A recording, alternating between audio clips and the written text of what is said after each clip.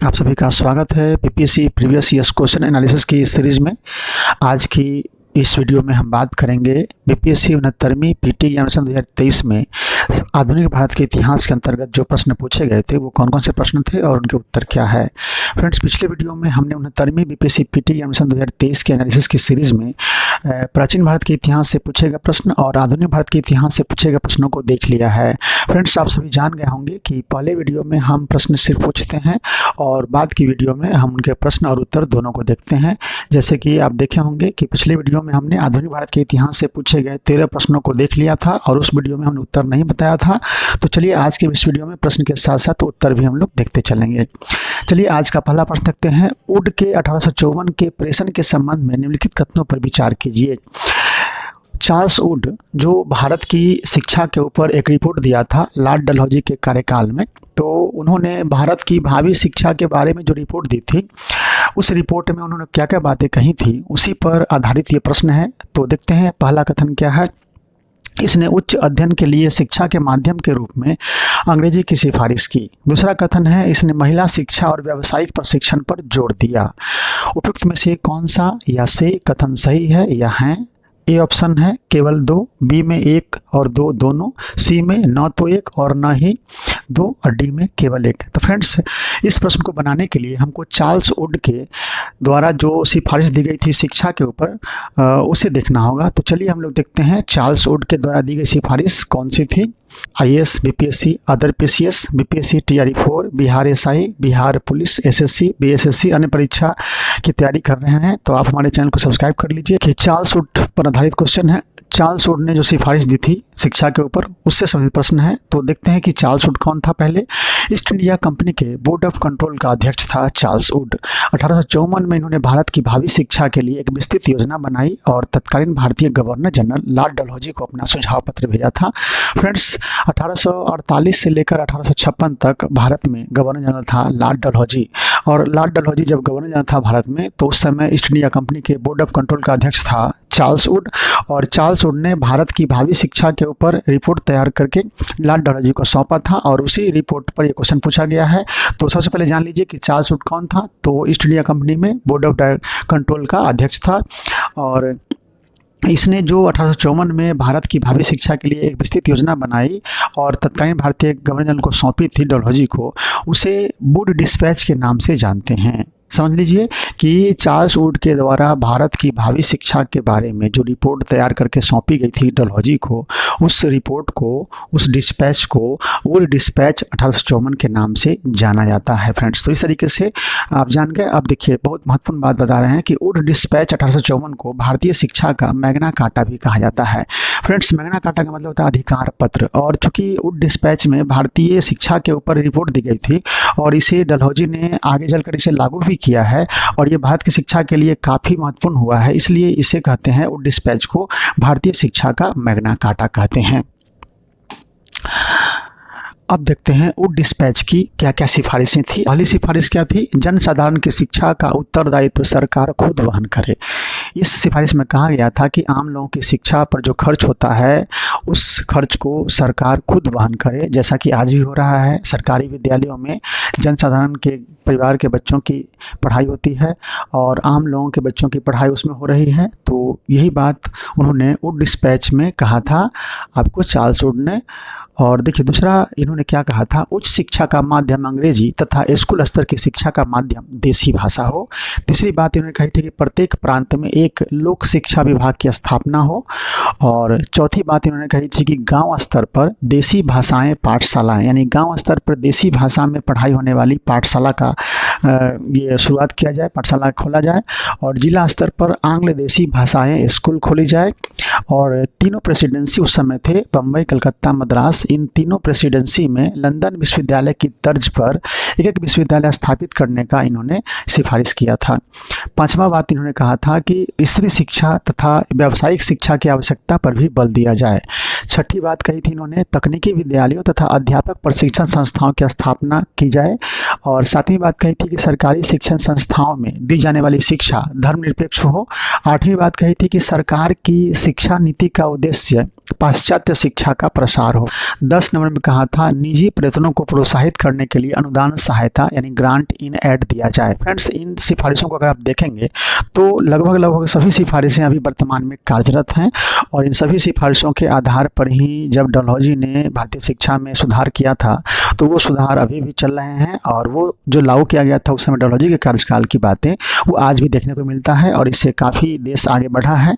तो इसलिए Charles Wood की सिफारिशों को भारतीय शिक्षा का मैग्ना कार्टा कहा जाता है। आप देख सकते हैं। अब चलिए इसमें जो 10 बातें कही गई है इनमें से कौन सी बातें आपके प्रश्न में कथन के रूप में है, अगर देख लेते हैं। यहाँ पे हमको जहाँ तक ध्यान आ रहा है वहाँ पे देखिए 2 नंबर कथन उच्च शिक्षा का माध्यम अंग्रेजी तथा स्कूल स्तर की शिक्षा का माध्यम देसी भाषा हो। तो उस प्रश्न में आपने देखा होगा कि पहला कथन है कि उच्च शिक्षा का माध्यम अंग्रेजी हो, तो ये सही है कथन। दूसरी बात कही गई थी कि स्त्री शिक्षा तथा व्यावसायिक शिक्षा की आवश्यकता पर बल दिया जाए। इस तरीके से इनके सिफारिशों की 10 महत्वपूर्ण बातों में 2 नंबर बात देखिए उच्च शिक्षा का माध्यम अंग्रेजी हो और 5 नंबर देखिए स्त्री शिक्षा तथा व्यावसायिक शिक्षा की आवश्यकता पर भी बल दिया जाए।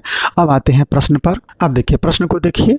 पहला कथन है इसने उच्च अध्ययन के लिए शिक्षा के माध्यम के रूप में अंग्रेजी की सिफारिश की। तो हाँ देख सकते हैं इनकी सिफारिशों में जो 2 नंबर कथन है वो यहाँ पे 1 नंबर कथन में है। तो इसने उच्च अध्ययन के लिए शिक्षा के माध्यम के रूप में अंग्रेजी की सिफारिश की, ये बिल्कुल सही कथन है।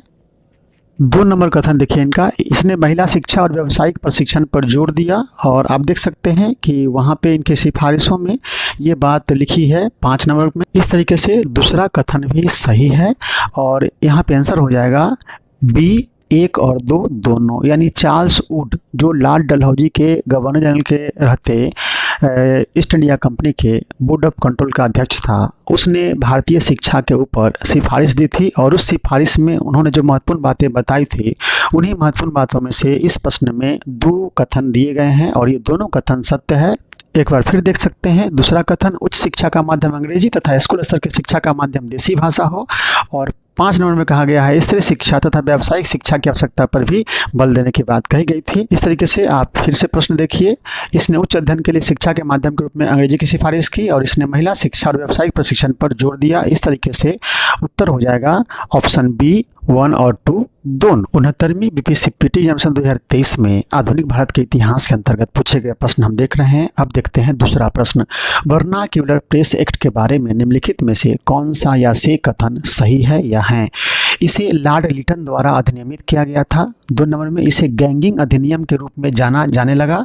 इस अधिनियम को लॉर्ड रिपन ने निरस्त कर दिया था। नीचे दिए गए कूट का प्रयोग कर सही उत्तर चुनिए। ऑप्शन ए है केवल 2 और 3, बी में केवल 1, सी में 1, 2 और 3 और डी में केवल 1 और 2। अब देखते हैं वर्नाक्युलर प्रेस एक्ट क्या था और इसमें कौन सी महत्वपूर्ण बातें थी। अगर इनकी महत्वपूर्ण बातों को हम देख लेते हैं तो क्वेश्चन हमारा सॉल्व हो जाएगा। अब देखते हैं वर्नाक्युलर प्रेस एक्ट के बारे में महत्वपूर्ण बातें, क्योंकि इसकी महत्वपूर्ण बातों को हम देख लेंगे तो हमारा क्वेश्चन सॉल्व हो जाएगा। सबसे पहले बता दें कि वर्नाक्युलर प्रेस एक्ट आया था 1878 ईस्वी में और उस समय गवर्नर जनरल यानी वायसराय था लॉर्ड लिटन और इनका कार्यकाल था 1876 से 1880 तक। वायसराय लॉर्ड लिटन द्वारा अधिनियमित किया गया था यह, यानी कोई भी पूछे आपसे कि वर्नाक्युलर प्रेस एक्ट कब लाया गया था तो 1878 ईस्वी में।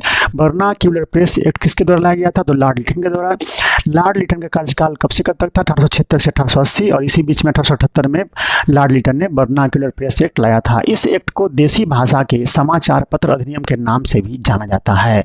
मुख्य उद्देश्य क्या था इस एक्ट को लाने का? देखिए देसी भाषा के समाचार पत्र जो थे वो सरकार के खिलाफ, यानी उस समय की जो सरकार ब्रिटिश सरकार थी उसके खिलाफ खबरें छापा करती थी और इसी बात से ब्रिटिश सरकार गुस्से में थी कि सरकार के खिलाफ जनभावना को आक्रोशित कर रही है ये पेपर। इसलिए देसी भाषा के समाचार पत्रों पर सरकारी नियंत्रण स्थापित करना तथा राजद्रोही लेखों को रोकना था इस एक्ट का उद्देश्य। इस वर्नाक्युलर एक्ट द्वारा अंग्रेजी व देसी भाषा के समाचार पत्रों के मध्य भेदभाव किया गया, इसलिए इसे गैंगिंग अधिनियम के रूप में जाना जाता है। इसमें अपील करने का कोई अधिकार नहीं था। अब देखते हैं वर्नाक्युलर प्रेस एक्ट तो लाया था लॉर्ड लिटन ने, और इसे समाप्त किसने किया था? तो लॉर्ड रिपन ने। लॉर्ड रिपन का कार्यकाल था 1880 से 1884, और वर्नाक्युलर प्रेस एक्ट को लॉर्ड रिपन ने 1882 में समाप्त कर दिया था। इस तरह रिपन ने सुधार कार्यों के अंतर्गत सबसे पहले समाचार पत्रों की स्वतंत्रता को बहाल करते हुए 1882 में वर्नाक्युलर प्रेस एक्ट को समाप्त कर दिया था। आप समझ सकते हैं कि Vernacular Press Act Lord Lytton ने लाया था 1878 ईस्वी में, जिसमें देसी भाषा के समाचार पत्रों पर प्रतिबंध लगाने का प्रावधान था। अब जान लीजिए कि वर्नाक्युलर प्रेस एक्ट को रद्द किसने किया था, इसे समाप्त किसने किया था, निरस्त किसने किया था? तो लॉर्ड रिपन, जिसका कार्यकाल 1880 से 84 तक था, उन्होंने वर्नाक्युलर प्रेस एक्ट को रद्द कर दिया था 1882 ईस्वी में। और इस तरीके से रिपन ने सुधार कार्यों के अंतर्गत सबसे पहले समाचार पत्रों की जो स्वतंत्रता छीनी गई थी वर्नाक्युलर प्रेस एक्ट के द्वारा, तो इस एक्ट को समाप्त करके रिपन ने समाचार पत्रों की स्वतंत्रता को बहाल करते हुए 1882 में वर्नाक्युलर प्रेस एक्ट को समाप्त कर दिया था। अब हम लोग वर्नाक्युलर प्रेस एक्ट के बारे में जान गए हैं। अब इसके आधार पर हम इस प्रश्न का उत्तर दे सकते हैं। क्वेश्चन फिर से देखिए, वर्नाक्युलर प्रेस एक्ट के बारे में निम्नलिखित में से कौन से कथन सही हैं? तो पहला कथन क्या है? इसे लॉर्ड लिटन द्वारा अधिनियमित किया गया था, बिल्कुल सही कथन है।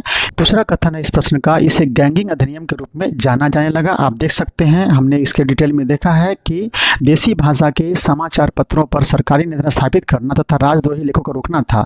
इस वर्नाक्युलर एक्ट द्वारा अंग्रेजी व देसी भाषा के समाचार पत्रों के मध्य भेदभाव किया गया, इसलिए इसे गैंगिंग अधिनियम के रूप में जाना जाता है। तरीके से इस प्रश्न का कथन 2 भी सही है, क्योंकि इस एक्ट के द्वारा देसी भाषा के समाचार पत्र और अंग्रेजी भाषा के समाचार पत्र के बीच भेदभाव किया गया था, इसलिए इसे गैंगिंग अधिनियम कहा जाता है। तीसरा कथन देखिए, इस अधिनियम को लॉर्ड रिपन ने निरस्त कर दिया था, तो ये तीसरा कथन भी सही है फ्रेंड्स। तो इस तरीके से ये तीसरा कथन भी सही है, तीनों कथन सही है। तरीके से नीचे दिए गए कोड का प्रयोग कर सही उत्तर चुनिए। ए ऑप्शन केवल 2 और 3, बी में केवल 1, सी में 1, 2 और 3, और डी में केवल 1 और 2। तो फ्रेंड्स इसका आंसर हो जाएगा सी, 1, 2 और 3। तरीके से हमने डिटेल से देखा, फिर हमने इस प्रश्न के कथन को मिलाया उस डिटेल के तथ्यों से, और हमने पाया कि ऑप्शन सी सही है, 1, 2 और 3। इस तरीके से दूसरा प्रश्न का उत्तर हो जाएगा ऑप्शन सी, 1, 2 और 3। इस प्रश्न के तीनों कथन सही है। तो इस तरीके से हमने आज के इस वीडियो में आधुनिक भारत के इतिहास के पूछे गए 2 प्रश्नों को देखा है। अगले वीडियो में हम बाकी प्रश्नों को देखेंगे। बहुत बहुत धन्यवाद, मिलते हैं अगले वीडियो में फ्रेंड्स। इस वीडियो को अगर आपको अच्छा लगा हो तो लाइक कर दीजिए, और जिन लोगों ने चैनल सब्सक्राइब नहीं किया सब्सक्राइब कर दीजिए। मिलते हैं अगले वीडियो में, बहुत बहुत धन्यवाद।